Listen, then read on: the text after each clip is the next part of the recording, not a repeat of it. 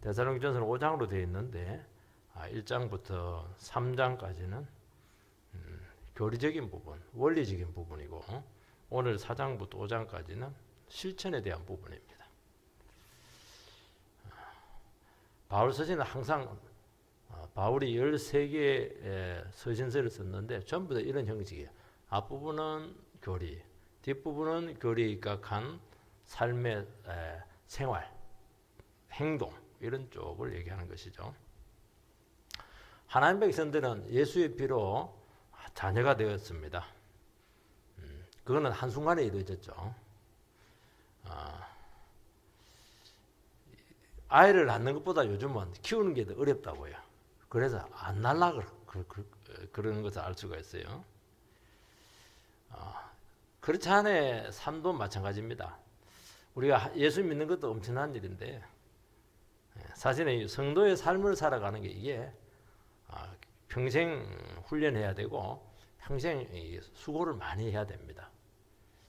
그래서 이 부분을 일부러 너무 힘드니까 이 부분을 안 가르치기도 하고 또 잘 모르기도 하고 또 하다가 이게 안 되기도 하고 그래서 이 부분이 사실은 많이 약화되어 있습니다.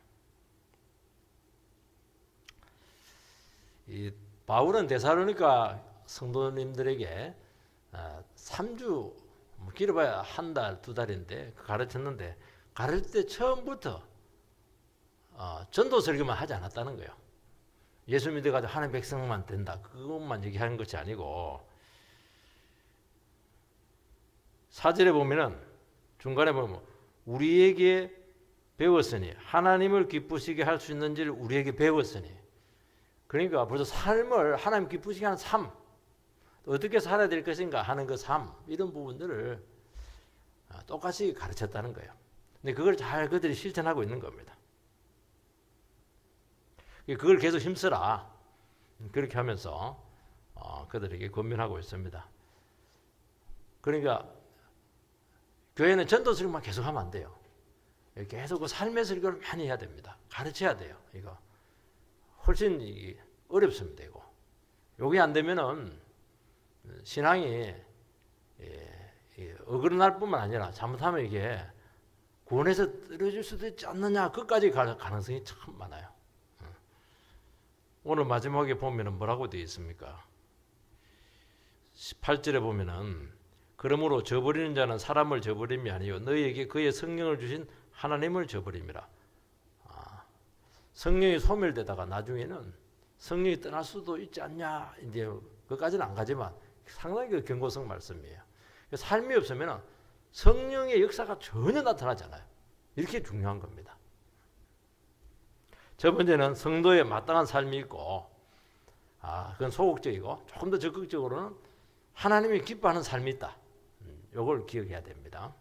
1절 2절 말씀 읽어보면 그러므로 형제들아 우리가 끝으로 주 예수 안에서 너희에게 구하고 권면하노니 너희가 마땅히 어떻게 행하며 하나님을 기쁘시게 할 수 있는지를 우리에게 배웠으니 곧 너희가 행하는 바라 더욱 많이 힘써라. 우리가 주 예수로 말미암아 너희에게 무슨 명령으로 준 것을 너희가 아느니라.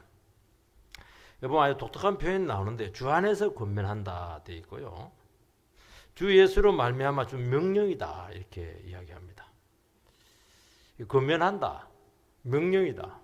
사실은 그 명령의 의미가 훨씬 더 큽니다. 바울은 그들에게 권면하고 명령한 것이 바울 개인의 어떤 도덕성, 윤리 지침을 말한 게 아니고 주님이 주 안에서 권면한다. 주님의 권위를 얘기한다는 겁니다. 신적인 권위를 얘기한다는 것이죠. 쉽게 말해서 우리가 예수 믿고 주님을 구주로 영접했으면은 주님이 주인이라면은 이는 마땅히 실천해야 될 명령적인 상황이라는 것을 이야기하는 것입니다. 권면이다 이렇게 되는데 실제로는 뒤에 명령이 맞아요. 군사 명령, 법원 명령, 이거는 강제적이죠. 강력합니다. 그 명령을 불이행하면은 처벌이 아주 큽니다. 구하고 그 권면하노니 이것은 이제 해도 되고 안 해도 된다 이런 게 아니고 선택 사항이 아니라는 겁니다. 의무 사항입니다. 우리 성도의 삶은 이것은 해도 되고 안 해도 되고 여유를 많이 가지시는데 아닙니다. 이거는 무조건 해야 될 의무 사항입니다. 근데 하나님께서 다그치지 않는 것은 억지로 하기를 원치를 않고 변화된 심령으로 자발적으로 순종하기를 원하시기 때문입니다. 근데 순종하지 않고 그 기쁘시게 하는 삶을 살지 않으면은 거기에 상응하는 처벌이 있고 심판이 반드시 있다는 것이 포함되어 있는 것입니다. 그러니까 구속받은 백성들에게 있어서 하나님 말씀의 실체는 당연하고 이건 필연적이다. 벗어날 수가 없다 하는 것입니다. 그러면 삶이 안 나오면 나중에 뭐라고 얘기할 수가 있겠는가? 변화된 삶이 안 나오면 그건 뭐냐? 회개 자체에 대해서 의심을 할 수 있다는 겁니다. 진짜 하나님 자녀 된 사람이라면 삶이 안 나올 수가 없다. 변화되지 않을 수가 없다. 그 논리가 성립이 된다는 거예요. 이건 딱 붙어 있는 것이라는 겁니다.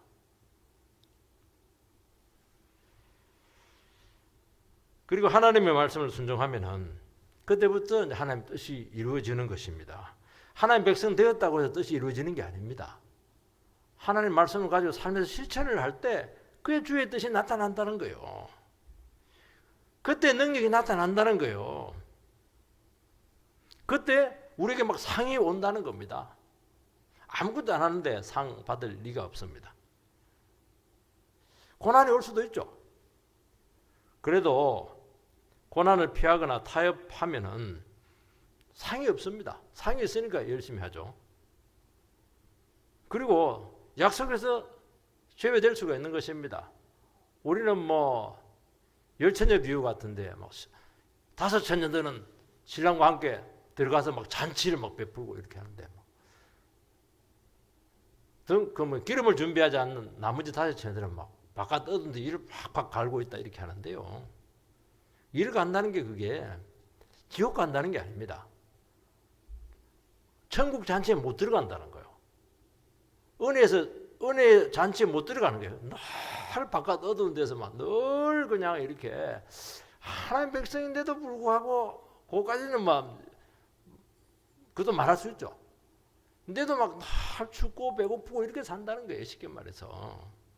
왜냐하면 축복에서 말씀으로 실천을 안 하니까 기름을 준비 안 했으니까 당연히 그 축복에 못 들어간다는 거예요. 그리고 거룩한 삶이 나와야 되는데 이것은 뒤에 보면 또 재림 문제까지 나와요. 그래서 재림을 나의 삶의 현장에 끌고 와서 절제하죠. 그리고 뭐 고난에 적극적으로 반응하고 주님 오신다 이렇게 하면서 유혹과 싸우고 죄와 싸우고 이게 나온다는 거예요. 요거는 하나님 백성으로 당연한 삶의 원리라는 것을 이야기하는 것입니다. 너희가 마땅히 어떻게 행하며 그렇게 되어 있고요. 어떻게 이제 살아야 될 것인가? 이게 좀 소극적이죠.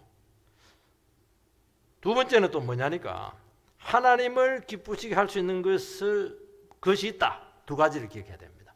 마땅히 우리가 어떻게 행할 것이 있고 그리고 하나님을 거기서 더 나가서 하나님을 기쁘시게 하는 삶까지 살아야 된다는 것을 이야기하는 것입니다. 마땅히 어떻게 행해야 되느냐 하는 것이죠. 여러분 구원받은 백성으로서 성도로서 기본적으로 반드시 해야 될 처신이 있는 거예요. 마지노선이 있습니다. 그 뭡니까? 죄와 타협하면 안 되죠. 죄는 싸워야죠. 유혹은 이겨야죠. 이런 거는 뭐 당연한 겁니다. 이걸 안 하는 거는 이거는 기본이 안 돼 있는 거예요. 이거 싸움을 안 하는 것은 이상한 거예요. 이거는. 세상에 그냥 그 뭡니까? 세상의 유혹과 뭐 시류에 편승해 살아가고 이거 안 하는 거는 당연한 거라는 거예요. 마땅하다는 거예요. 마땅하다는 거예요. 이거는. 우린 직분자로 살아가잖아요. 직분자로서 어떻게 행동하는 것이 옳은 것인지 알 수 있잖아요. 그렇게 해야죠. 뭐. 목사인데 그냥 이제 새로운 새 가족 이제 믿은 사람하고 그건 아니죠. 그거는 마땅한 것이 아니죠.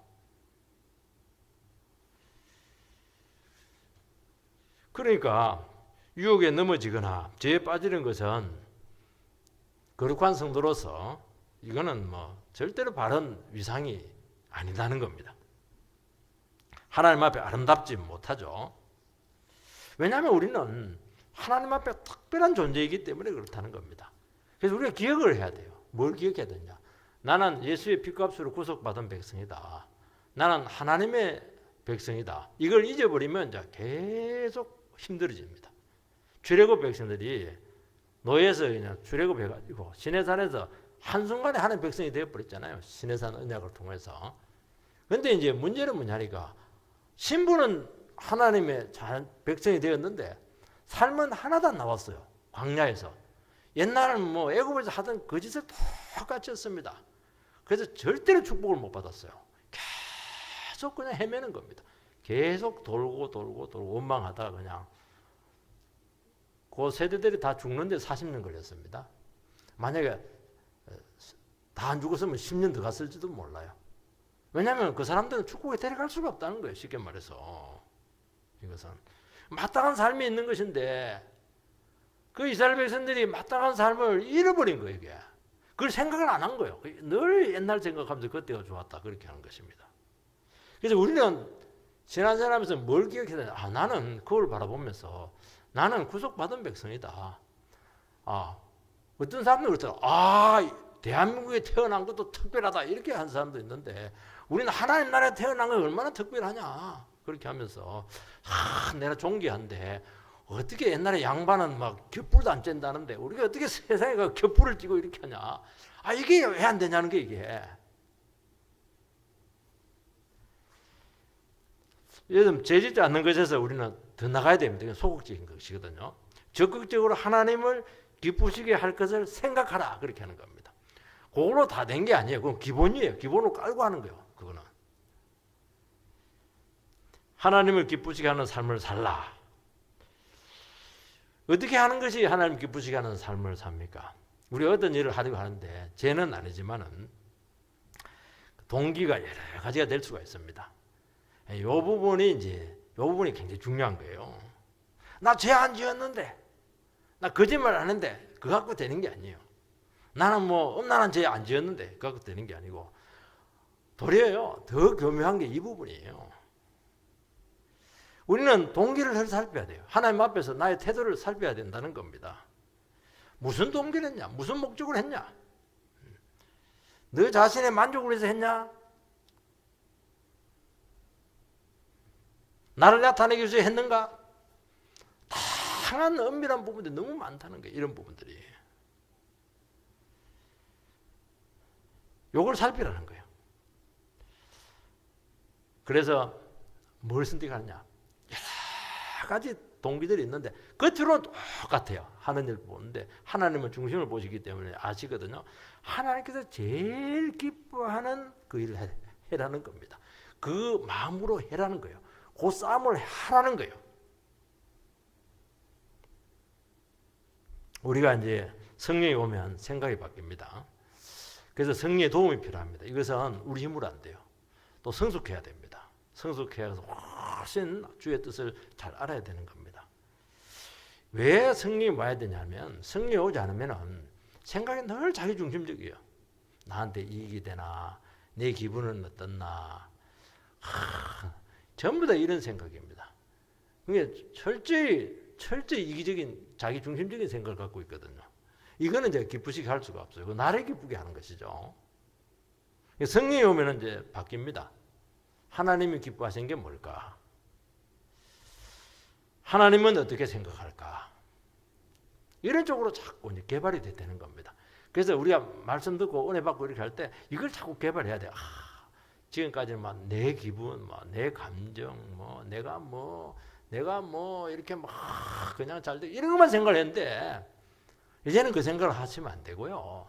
하나님이 어떻게 생각할까? 하나님이 교회에 대해서 어떻게 생각할까? 하나님이 저 성도에 대해서 어떻게 생각할까? 이런 쪽을 하나님께서 내가 하는 일에 대해서 어떻게 생각할까? 이걸 자꾸 생각을 하셔야 돼요. 그러면요, 삶이 완전히 달라집니다. 이게 얼마나 위대한지 몰라요. 그러니까 우리는 본성적으로 내 중심으로 자꾸 생각하니까 하나님 기뻐하시는 쪽으로 자꾸 생각하려면 자기를 자꾸 부인하고 이래야 되니까 이게 힘든 거예요. 자기 기쁨도 막 내려놔야 될 때도 많거든요. 이 싸움이 굉장히 쉽지 않다는 거예요. 근데 가능해요. 하나님을 너무 좋아하면 가능하다는 거예요. 그러니까 하나님 관계가 틀어지면 이게 안 되는 거예요. 이게. 여러분 신앙은 말로만 나는 게 아닙니다.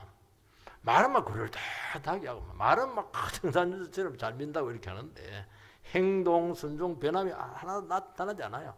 그건 아닙니다. 하나님 나라는 말에 있지 않고 능력이 있거든요. 예수님의 제자들이 이제 예수님께 부름 받았을 때 다 버렸습니다. 애비도 버리고 배도 버리고 가족도 버리고 다 버리고 제자들의 삶을 실천했어요. 그러니까 제대로 하나님 딱 만나면 주님 딱 만나면 즉각 바뀝니다. 즉각 바뀌어요. 그 태도가 즉각 바뀝니다. 행동과 삶의 방식이 즉각 바뀌어요. 참 복음은 위대합니다. 한순간에 딱 바뀌어요. 그 하나님 뜻을 몰라서 그렇지 진짜 하나님 뜻을 딱 알면은 순종합니다.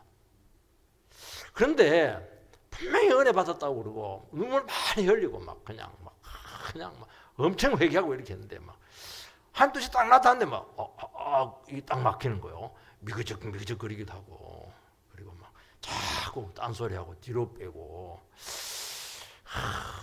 이게는 아니라는 거예요. 이거는 하나님 기쁘시게 한 삶이 아니라는 거예요. 여러분 성향이 그렇게 될 수가 없다는 거예요. 이걸 결국에는 이 사람 이렇게 되면 결국 불순종으로 갑니다. 틀림없어요. 물론 우리가 실패할 수도 있죠. 제 유혹이 딱 오면 어떻게 해야 됩니까? 결단하고 막 다 끊어버려야죠. 물론 뭐 당장 안 될 수도 있어요. 그렇지만은 적어도 싸운다니까요. 이건 아니다 이렇게 하면 적어도 싸운다니까요. 이게 안 되는 모습이 나타나면은 이거는 절대로 기쁘시게 할 수 없다는 게 결국에는 영혼을 지옥으로 끌고 갑니다. 우리가 뭐 적극 순종하고 결단하고 그냥 삶의 변화로 나타난다 하는 것은 뭐 율법 조항을 하나하나 지키는 단편 순종을 하는 게 아닙니다. 그거는 바리새인들이 하는 겁니다. 그거는 미선이에요. 종교행위입니다. 그렇게 할 수가 없어요. 우리는 하나하나 가지고 막 했니 아니 그런 거 따지는 거 아닙니다. 우리의 전 삶의 동기가 하나님을 향해 있느냐, 하나님을 기쁘시게 하고 있느냐 하는 것을 질문하는 것입니다. 그래서 하나님의 백성들은 천편일률적이지가 않아요. 그래서 상당히 융통성이 있습니다. 그 성숙도에 따라서 삶의 순종과 이런 수준에서 차이가 굉장히 많습니다. 그래서 어린 신자에게는 제가 안 되는데 신앙생활 오래 하고 성숙한 신앙인들에게는 얼마든지 대가 될 수 있는 게 너무 많은 거예요. 그 기억해야 됩니다. 나는 여운 저 성도님하고 훨씬 내가 더 잘 바르게 사는데 그게 아니라 기준이 훨씬 다르다는 거예요, 이게.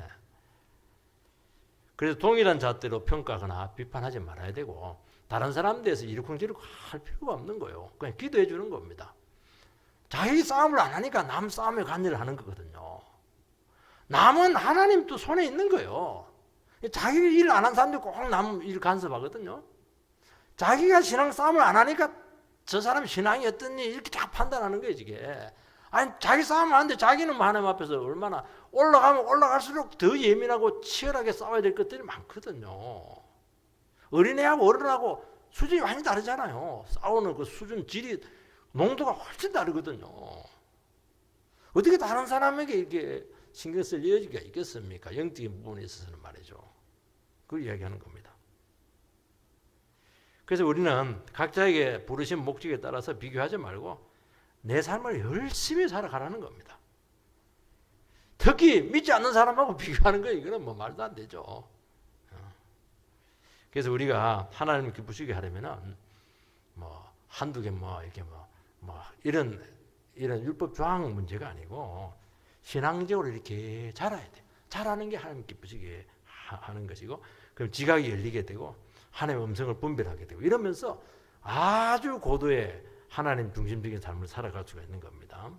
그래서 우리의 그 전 삶을 어디다 투자하느냐? 말씀 듣고 예배드리고 말씀 묵상하고 그렇게 하는 거예요. 그래서 내 삶 하나하나에 대해서 기독교적인 관점으로 전부 다 이것을 전부 다 정리를 해놔야 되는 겁니다. 얼마나 바빠요, 할 일이. 얼마나 대인관계 문제들, 미움의 문제들, 사회 문제들, 직장의 문제들, 가정의 문제들 할 일이 한두 가지가 아니야 이게. 그걸 안 하니까 딴 걸 하는 거야 지금. 물론 우리가 주님 수준까지는 도달하지 못하지만 요 싸움을 안 하는 순간, 다 되었다고 하는 순간 이미 타락하고 있는 거예요. 그럴 수가 없어요. 멈추는 순간 떠내려가는 거예요 지금. 그거 하라는 거예요. 그거 계속 치고 올라가야 돼. 두 번째는 거룩은 가정에서부터 지켜져야 됩니다. 3절을 보면 하나님의 뜻은 이것이니 너희의 거룩함이라. 하나님의 뜻은 거룩함입니다. 거룩은 뭐냐? 구별됨입니다. 다른 거예요, 다른 거. 뻔한 게 아닙니다. 우리는 예수 믿는 사람이 자꾸 뻔한 삶을 사는데, 진부예요. 예수 믿는 사람이 너무 뻔해요. 말도 뻔하고, 살아가는 것도 뻔하고, 그러면 안 돼요. 우리는 뭔가 달라야 돼요. 뭔가 다른 게 있어야 돼요. 뭐 향기가 다르든지, 뭔가 다른 게 있어야 돼요. 눈빛이 다르든지, 뭔가 달라야 돼요. 우리가 주일을 이제 성일이다 그렇게 합니다. 성일 거룩한 날이라는 것이잖아요. 주일은 이제 주님의 날이고, 그걸 바꿔서 성일이다 거룩한 날이에요. 그럼 거룩한 날이면은 월화수목금토하고 일요일 날은 달라야죠. 근데 일요일 날 똑같이 그냥 평일처럼 쓰는 것은 이것은 거룩이 아니죠. 주님 예배하고 영혼 안식 얻고 말씀 은혜 받아서 변화되고 뭔가 특별해야 되지 않겠어요? 특별해야죠. 주일이 평일과 같아지는 것이 이게 타락입니다. 이게 욕심이에요. 특별하지 않잖아요. 왜 특별하지 않냐는 거예요 이게. 하나님 분명히 복 준다 했는데. 성도라고 하는 게 뭐냐? 세인트인데 영어로요. 이게 원래 구별된 백성이라는 거예요. 구별된 백성은 좀 부담되죠. 우리는 구별이 안 되기를 원하는데, 똑같이 되기를 원하는데, 그래 편한데 아니에요. 그 말은 뭐냐니까 우리가 세상과 다르게 살아가야 된다는 그런 뜻을 가지고 있는 겁니다.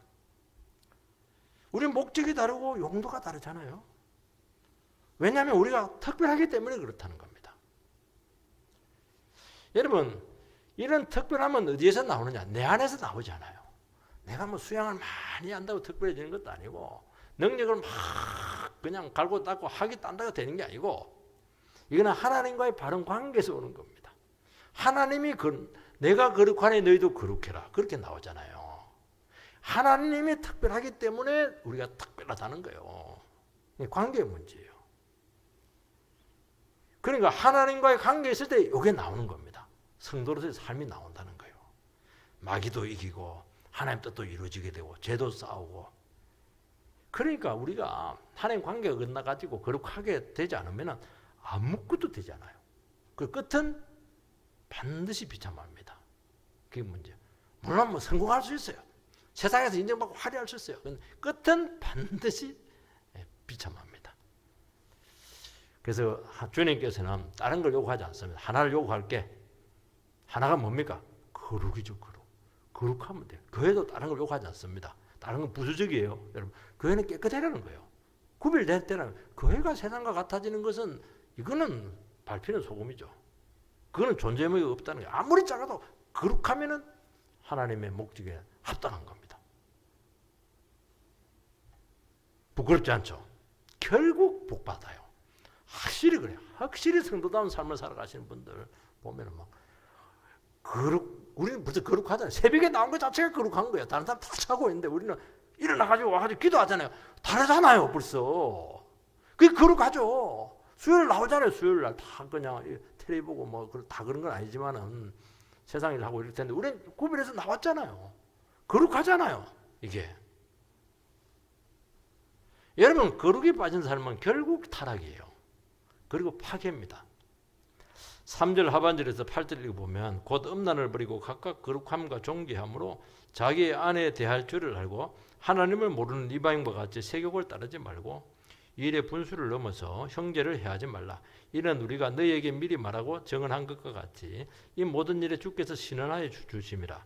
하나님의 우리를 부르심은 부정하게 하심이 아니요 거룩하게 하심이니 그러므로 저버리는 자는 사람을 저버림이 아니요 너희에게 그의 성령을 주신 하나님을 저버림이니라.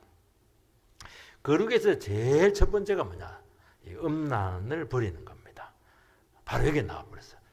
다른 것보다도 음란이 제일 어렵다는 거예요. 이게 왜냐니까 제일 힘이 있고 가장 파괴적입니다. 다른 거하고는 차원이 달라요. 이 억압적이고 생존 경쟁이 치열하고 욕망이 분출되는 사회일수록 제일 안 되는 게 음란 부분이에요. 성적 방종이죠. 우리나라 화려하고 그냥 얼마나 빨리 발전하고 이 중독에 걸려 있고 사람들이 눈이 붉어가지고 잠도 안 자고 이렇게 하는데 그런 사회일수록 성적으로 굉장히 취약합니다. 오늘 우리 사회는 쾌락에 젖어 있고 극단적인 성추구 사회가 되어버렸죠. 요즘 성이 안 들어가면 매스컴이나 영화 이런 데는 사업 자체가 선전도 전부 다 성으로 다 하는 것을 알게 되고 가정이 많이 파괴되고 있어요. 제가 일본을 좀 연구를 해보니까 연구를 한 게 좀 들어봤는데 일본이 이제 성진국이다 그렇게 이야기하고 있거든요.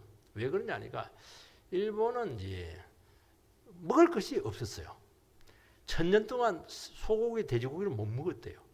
그러니까 다 굶주리 있다는 것을 알 수가 있어요. 그리고 일본은 식물이 딱 정해져 있어요. 우리는 가업을 400년 동안 이어온다 그러는데 그거는 다른 데로 이거 못 가서 그렇게 하는 거예요. 그러니까 그냥 욕망을 눌러야지, 식욕을 눌러야지, 명예욕을 눌러야지, 야망도 눌러야지. 그리고 사물한테 잘못 그러면 바로 칼이 날아오니까 인상 잘못 써도 날아가는 거예요. 그러니까 너무너무 억압적인 사회라는 것을 알게 되었죠. 근데 하나를 풀어놨습니다. 성을 풀어놨어요. 합법적으로 국가적으로 풀어놨어요. 그거까지 막으면 압력밥솥 터져버리니까 바람 빠지듯이 성을 딱 풀어놨어요. 합법적으로. 우리나라는 안 풀었는데. 그러니까 일본 사람들은 성이 죄라는 개념 자체가 없어요. 우리나라 자꾸 그냥 정신대 사과를 하는데 자기들 왜 사과해야 되는지는 몰라요. 왜냐면 자기들은 죄가 아니니까. 왜냐하면 성을 수출하는 나라니까 안 되는 거예요. 그러니까 이렇게 된다는 거예요. 여러분, 성적인 거룩을 지켜야 되는데 그것은 가정의 회복에서부터 시작이 되는 겁니다. 초대교회 당시에 이 헬라 철학의 영향으로 정신은 깨끗하지만 육체는 더럽다는 게 아니겠어요. 이원론이잖아요. 그게 성격으로 굉장히 문란했어요. 여러 안대를 두고 있고 처분 기본이고 정부들도 있고 노예는 전부 다 성적인 대상으로 삼았고 합법적인 창녀가 신전 안에 다 있었던 거예요. 신전 안에 여성들이 전부 다 창녀예요. 쉽게 말해서. 근데 바울은 뭐라고 하냐? 한 아내만 둬야 되고 한 아내에게 거룩해야 되고 존귀해야 된다. 이게 우리가 지금 보니까 이렇죠. 지금도 이게 안 되거든요. 그러니까 그 당시에 벌써 기독교의 수준이 얼마나 높았는가 하는 것을 알 수 있어요. 얼마나 고상해요. 그 당시에 이런 얘기를 하는 거예요. 여러분, 부부 생활이 쉽지 않아요. 부부 생활이 거룩해야 됩니다. 구별돼야 돼요. 특별해야 돼요. 여러 여자 중에 한 여자, 그거는 거룩하지 않잖아요. 특별하지 않잖아요. 여러 남자 중에 한 남자, 그게 부부예요. 그게 그 이상한 관계죠. 특별해야죠. 특별해야지. 그게 폭력이 있고 막 무시하고 말로 하고 성적 유린을 하게 되고 이렇게 하는 겁니다. 그래서 부부에게도 반드시 예의가 필요합니다. 말 같은 것도 그렇고요. 항상 물어봐야 되고 이렇게 하는 거예요. 법도가 필요하죠. 법도가 있어요. 법도가 부부간에도 일정한 우리 결혼할 때 일정한 부부의 법도와 예의를 지킨다고 분명히 선서했는데 까먹어버렸어요. 어떻게 불의와 부정이 개입할 수가 있겠습니까? 배우자를 존중하지 않거나 착취할 때 심판이라고 말씀했습니다. 왜냐하면 이거는 제3자가 개입할 수가 없어요. 부부 문제는. 은밀하게 이루어집니다. 근데 그렇게 하나님께 직접 심판하겠다는 게 그것은 은밀한 것까지 아시고 주님께서 복수를 해주겠다는 겁니다. 그럼 뭐라고 되냐니까 뭐라고 되어 있어요? 여기 보면은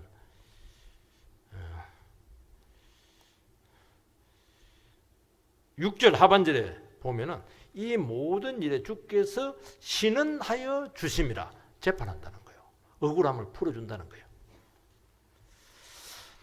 하나님께서 우리를 부르심은 부정하게 하심이 아니요 거룩하게 하심이니, 부부관계를 주의 하나님의 뜻대로 유지하는 것 참 어렵습니다. 여러분, 결혼한다고 해서 저절로 결혼 생활이 되는 게 아닙니다. 시작이에요. 결혼 생활이 굉장히 어려워요. 그리고 시대의 음란의 유혹을 이기기가 어렵습니다. 가정까지 다 들어와 있거든 지금요. 그래서 바울 사도가 이야기하는 것은 거룩에서 최고의 선봉장이 어디냐? 밖에 가서 술 먹고 그런 장을 떠나가지고 가정에서 거룩을 최선을 다해서 노력을 해라는 거예요. 가정이 무너지면 다 무너지는 거거든요. 가정은 거룩하지 않으면서 밖에 나가서 뭐 거룩하다고 뭐 그렇게 할 수가 없어요. 아내와 둘이 부부가 하나가 안 되면서 어디 다른 데 가서 하나, 교회 와서 하나가 된다고 그러고 뭐 그냥 사회 가서 하나 된다고 그러고 말이 안 된다는 거예요, 이게. 아니, 부부끼리도 하나가 안 됐으면서 어떻게 교회에서 하나가 된다고 그렇게 얘기를 합니까? 여러분, 결혼 실패는 인생 실패로 나타날 수 있고 부부 관계도 얼마든지 타락할 수가 있어요. 얼마든지 타락합니다. 그러니까 얼마나 주의해야 되고 신경을 기울이고 우리가 영성 관리에 만전을 기해야 되는 가 하는 것을 알 수가 있는 거예요. 그 혼자 되는 것도 아니에요. 둘 다 해야, 둘 다. 여러분, 하나님을 기쁘시게 하는 삶은 계명 지킴 이전의 관계성이라고 분명히 말씀했습니다. 여러분, 관계성의 제일 중요한 것은 뭐냐? 그 위치를 인정을 해주는 거예요. 하나님은 하나님됨을 인정을 해줘야 된다는 거예요. 자녀는 부모를 기쁘시게 하거나 불쾌하게 하는 거 다 알고 있어요. 부부도 배우자도 무엇을 해야 되고 피해야 되는지 다 알고 있거든요. 그래서 그걸 마땅한 관계로 그 위치로 돌려드리는 것이 이게 관계성의 회복입니다. 부모 되면 인정하는 거예요. 자녀 되면 인정하는 거예요. 남편 되면 인정해야 되고 아내 되면 인정하는 거예요. 그 인정하는 게 굉장히 중요하다는 거예요. 이게 관계성의 문제, 이게 거룩이라는 거예요. 이게 안 되면 거룩이 안 나와요. 어떻게 해야 됩니까? 하나님을 사랑하면 하나님 자리가 그 자리로 올라가요. 그리고 하나님을 인정하게 될 때, 하나님을 하나님됨을 고백할 때 하나님을 기쁘시게 하는 삶이 나옵니다. 굉장히 중요한 거예요, 이거. 배우자를 사랑하고 존중하죠. 그럼 배우자가 그 위치에 정확하게 가요. 그때부터 배우자를 존중하고 배우자를 좋아하는 것이 무엇인가 하는 그때부터 시작되는 것이지.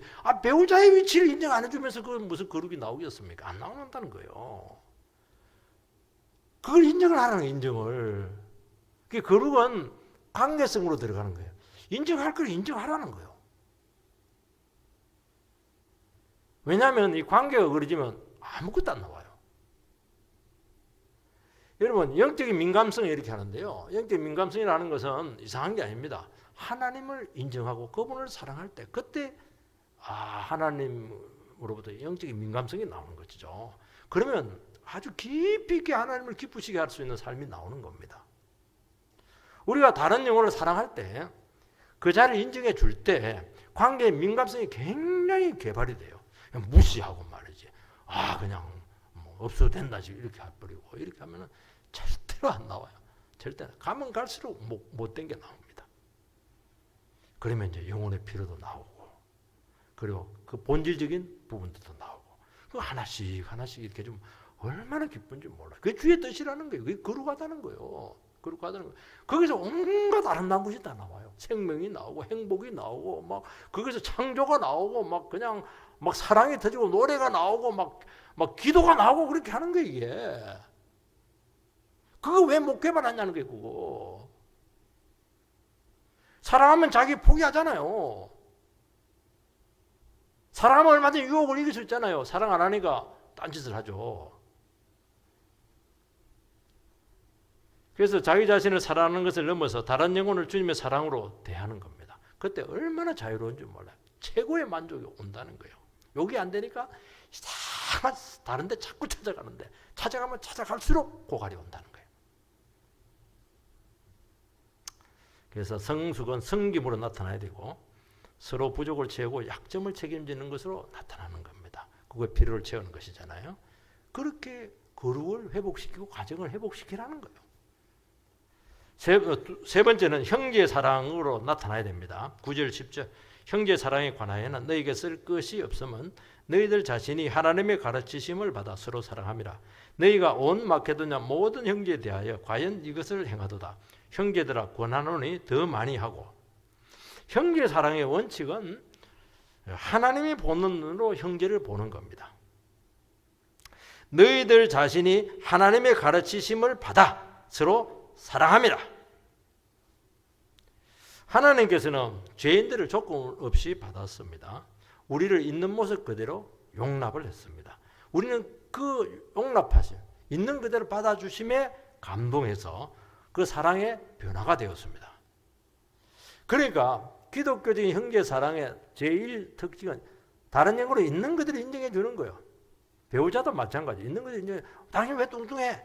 날씬해지면 사랑해 주고. 그거는 사랑이 아니에요. 그런 게 어디 있어요, 그게. 말 잘 들으면 사랑해 줄게. 그게 어디 있어요. 말 안 듣는 그 사람을 사랑해야죠. 의외로 기독교인들이요, 굉장히 기준이 깐깐해요. 한 번 딱 눈 밖에 놔버리면 쳐다보질 않아요. 아, 폭력이죠, 그거. 쳐다보기 싫은 그 사람을 받아주라는 거예요, 이게. 어제 여동생하고 전화를 했더니 난 한 번 자식도 눈 밖에 나면 쳐다보지도 않아. 그 애들 절절 긴다고 그래요. 버려! 이랬는데도 말귀를 못 알아들어요. 그거 어디서 그 폭력이죠, 그거는. 그렇게 하면 안 되죠. 자기는 뭐 하나님 눈 밖에 안 났어요. 골백 번 더 눈 밖에 났으면서.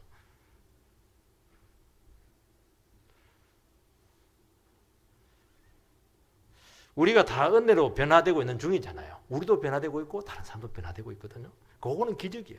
이 기적이 있으니까 이게 가능하다는 거예요. 고정되어 있으면 그게 안 돼요. 여러분, 우리가 변화될 기적을 알고 또 내가 변화되었고 또 변화되는 걸 소망을 하게 되면은 얼마나 여유가 있고 소망을 가지는지 몰라요. 얼마든지 참죠, 뭐. 변할 수 있음을 믿습니다. 얼마나 나를 부정하죠. 사랑을 실천하죠.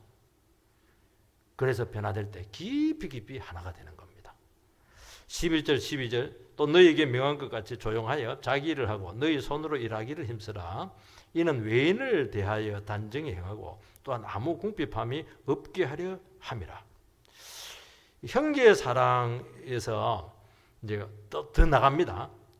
자기 자신이 일해서 생활비를 버는 것이 형제 사랑이다. 그렇게 말하고 있습니다. 일하기를 그만두는 것은 사랑을 깨는 행위다. 그렇게 얘기하는 겁니다. 데살로니가 후서에 보면 일하기 싫거든 먹지도 말라. 그것까지 얘기를 해요. 여기는 그까지는 얘기를 안 합니다.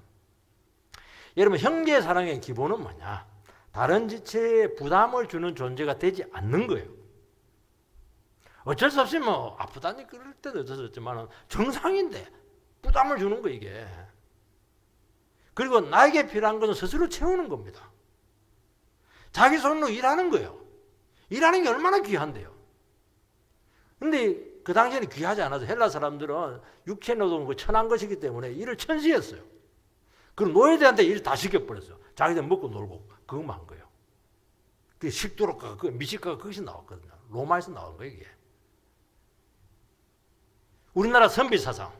어떻게 선비가 말이지. 아이고, 우중물에 손 넣냐고. 왜 못 넣어요? 골백금 넣지. 노동천시가 산업공상. 얼마나 가정을 파괴했어요. 부인들을 그냥 싹바느질 하게 하고.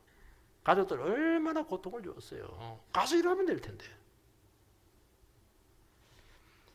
의외로 이 교회 안에서도 이런 경향들이 많아요.